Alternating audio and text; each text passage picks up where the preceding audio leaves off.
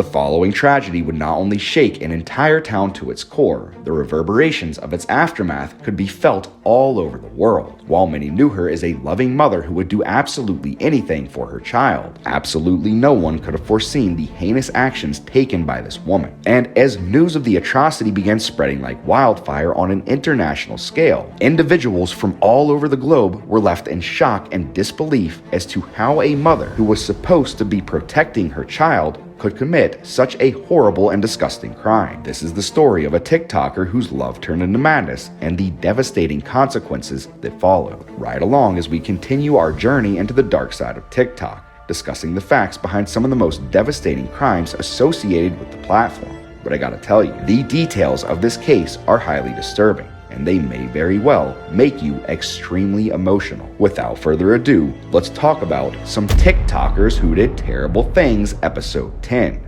Nicola Priest, otherwise known as Nikki P210 on TikTok. Creator class type, whatever. Specialty, I do what I want. Claim to fame, evil beyond belief. So leading up to August of 2020, the then 22-year-old TikToker out of Solihull, UK, had been posting on TikTok for about a year and a half. And as per usual, most of her content involved herself dancing alongside her 3-year-old daughter, Kaylee. However, during her time on that platform, none of her videos really ended up taking off, gaining just a little over 3,000 followers in that time frame. But this isn't really about that. You see, Nicola had long since parted ways with Kaylee's father, and well, throughout the course of 2020, she had this sort of on and off relationship with a guy by the name of Caleb Redfern. And over the course of their relationship, they often found themselves hanging out in Nicola's apartment. This was mainly due to the fact she had Kaylee and thus making things a little bit easier on their relationship. And here it is. In the early morning hours on August 9th of 2020, Solihull Emergency Services receive a frantic phone call from Nikki stating Kaylee is lying on the floor of her bedroom, seriously injured, unresponsive, having thrown up all over the place. And upon arrival, it was fairly quickly determined Kaylee had unfortunately long since passed away, as in a little over a few hours prior to Nikki making that phone call. Now, Nikki would go on to state she had no idea anything had even happened, and as she and Caleb walked into her bedroom, they simply discovered Kaylee lying on the floor in that state. However, the EMTs as well as the responding officers immediately became suspicious of this story, and here's why. The list of injuries sustained by Kaylee don't just simply occur inside the confines of a child's bedroom, especially when they've been left alone. I mean, one of those first responders was even quoted saying they were conducive of someone being struck by a car traveling around 40 miles an hour. In addition to this, there were no objects in Kaylee's room that she could have possibly climbed up on or fallen on top of her. Regardless, the list of Kaylee's injuries are as follows: multiple broken ribs, a broken sternum, multiple fractures in her lower legs, and last but definitely not least, massive widespread trauma to her abdominal region causing organs plural to be ruptured. It was also determined Kaylee had spent several hours lying on her bedroom floor, isolated, fighting for her very own life. Now, during the initial course of this investigation, both Nikki and Caleb were pretty much allowed to go on with their lives as normal. And well, it was also during this period, prior to the news actually breaking out, Nikki began posting even more frequently than usual on TikTok. And while yes, it's true everyone does in fact deal with death in their own kind of way, to the handful of people that had been following her, absolutely nothing seemed to miss aside from the fact Kaylee wasn't appearing in any of her videos anymore. That is, until she posted a video which has since been removed from the internet, going into a few of the details about the incident and stating that she missed her daughter very much. It was there the couple would repeatedly deny their involvement with Kaylee's death, but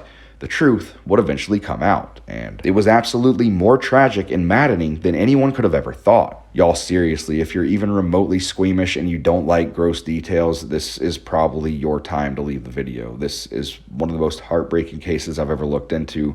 With that being said, I will move on with this. Roughly before 8 p.m. on August 8th of that same year, Caleb and Nikki have just put Kaylee to bed. The couple would then go on to enter Nikki's bedroom in order to become intimate with each other. However, as the case with most children around that age, Kaylee is not ready to go to bed yet. It was at this point she began coming back out of her bedroom repeatedly crying out for her mother. All the while, with each instance Kaylee exits her bedroom, Nikki becomes more and more agitated as the night goes on, till eventually she snaps. And while there is no 100% factual evidence as to what exactly happened next, the following details were uncovered in the courtroom. It is said Nikki, with or without Calum, entered Kaylee's bedroom and began this ultimately violent and brutal assault on her very own daughter, possibly even going as far as to lift her up and slam her onto the ground repeatedly. And when everything was said and done, they would leave her all alone, lying on that bedroom floor, going in and out of consciousness for the next several hours, until she finally passed away. What's worse is, it wasn't until the next morning that Nikki would actually phone emergency services, and it's quite possible that if she had called directly after the attack, they might have been able to save Kaylee's life.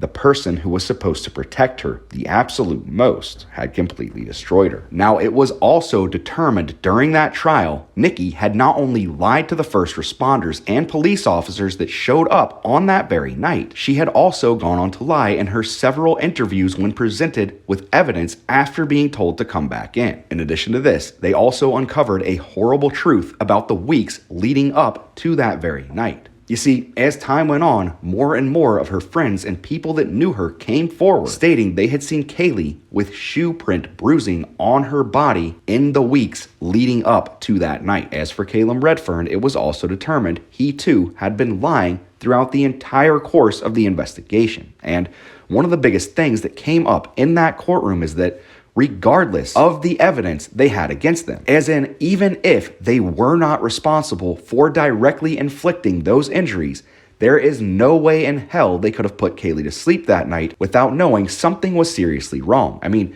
she had multiple fractures, ribs were broken, she was throwing up. There was evidence of all of this stuff all around her bedroom, and a few of those sources out there go on to state that Kaylee had also suffered some sort of traumatic brain injury on that night as well. So even if they had put her in bed at 7 p.m. and Kaylee had been going in and out of her bedroom that entire night, those injuries did not get there on their own. With that in mind, this next fact is probably going to make you a little bit more angry than you already are. You see, as the trial began coming to an end, it was also determined by the court that although, yes, serious injury had been inflicted on Kaylee, the couple did not in fact intend to take her life on that night. Therefore, they would both be sentenced to 14 years under charges of manslaughter for their participation in this atrocity. From what I understand, this is the maximum sentence for this particular crime in the UK. Lastly, there's just a couple of things I wanted to address. As many of you know, I posted a short video about this case on my TikTok many months ago, and since then, a couple of things have happened. First of all being within just a few days of posting that video,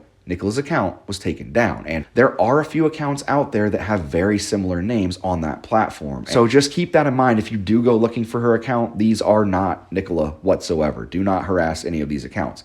Next, one of my most frequently asked questions about this case was, why was Calum sentenced to 14 years if they couldn't directly prove he went into that room? Well, here's what the judge had to say. You both had ample time to contact emergency services on Kaylee's behalf. You failed to do so. You knew something was seriously wrong. Both of you allowed this to happen. Pretty much saying, even if he didn't lay a single finger on Kaylee, he is presumed guilty by association. So that's it, y'all. That is going to do it for this episode of TikTokers Who Did Terrible Things. Look, I know this one was a little heavier than usual, and for a lot of you out there, it might have sparked some emotion. And I went through the same thing. When looking into this case, it was just, there was a point where I was literally just screaming into my phone trying to make a video, and when I finally went back to editing, I was like, I am way too angry about this right now. I need to calm down for the sake of getting the information right and not going on tangents, but that's that, and I appreciate you guys getting through this video. We have some more episodes coming out within the next few days, and I look forward to improving my craft for you guys as much as I can during that time period. That being said, I hope you have an awesome, whatever it is, wherever you may be. Peace out.